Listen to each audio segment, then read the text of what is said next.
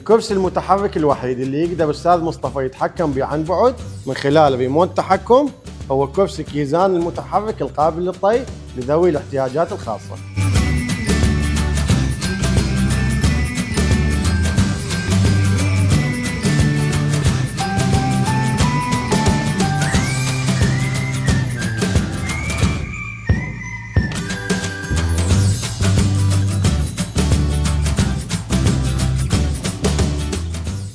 مرحبا استاذ مصطفى. اهلا استاذ.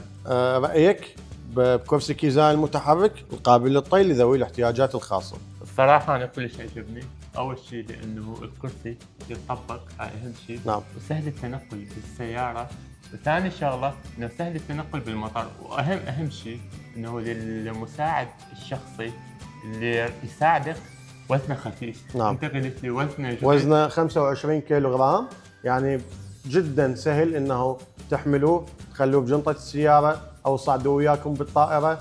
على فكره اكو هوايه ناس قالوا شلون نقدر نصعده ويانا بالطائره. استاذ مصطفى انت جربت تسافر؟ نعم. وصعده وياك بالطائره. نعم. سولف لنا هذا يعني كيف كانت الحاله هاي العمليه شلون كانت؟ اول شيء ياخذون من عندكم البطاريات، طبعا البطاريات هاي اللي بالصفحه نعم تنشال بسهوله، وياخذوها ويغلفوها بكيس سيليكون او كيس يخلوها يم المضيف، وتصعد ويا الامتعه وتكون سهله تطبق وتصعد ويا الامتعه. من توصل للوجهه اللي انت رايح لها؟ توصل للوجهه يسلموكم البطاريات. نعم. وتنزل وياكم ويا الامتعه. نعم. وتكون سهله، اهم شيء طبعا هاي السهوله دي. طبعا هذا مفيد مو بس ذوي الاحتياجات الخاصه، مفيد حتى الكبار السن اللي يريدون يروحون عمره حج الى اخره يسافرون يقدرون يستعملون هذا الكرسي بكل سهوله وامان. يتحمل اوزان عاليه توصل لحد 150 كيلو جرام، يعني اذا شخص وزنه 150 كيلو جرام فما دون يقدر يستخدم هذا الكرسي بكل سهوله.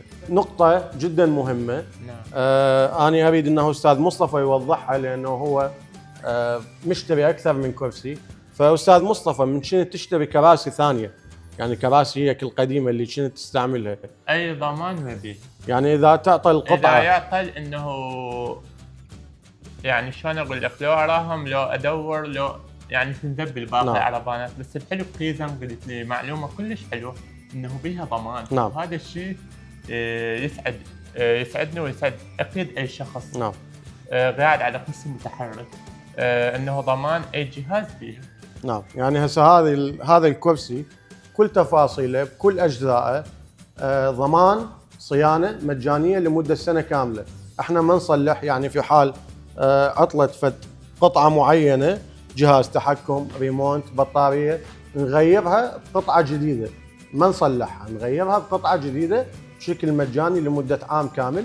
حتى بعد العام، بعد انتهاء اول سنه، في حال مثلا بطاريه عطلت بعد سنه، نقدر نوفر بطاريه جديده بتكلفه بسيطه جدا ونغيرها وتكون الامور جدا طبيعيه. تعالوا هسه ويانا نروح نجرب الكرسي بالشارع ونجرب شلون نطويه ونخليه بجنطه السياره، واستاذ مصطفى يصعد بالسياره بكل سهوله. طبعا هاي تجربه دراويكم شلون انه الكرسي يفوت بالمصعد بالاماكن الضيقه.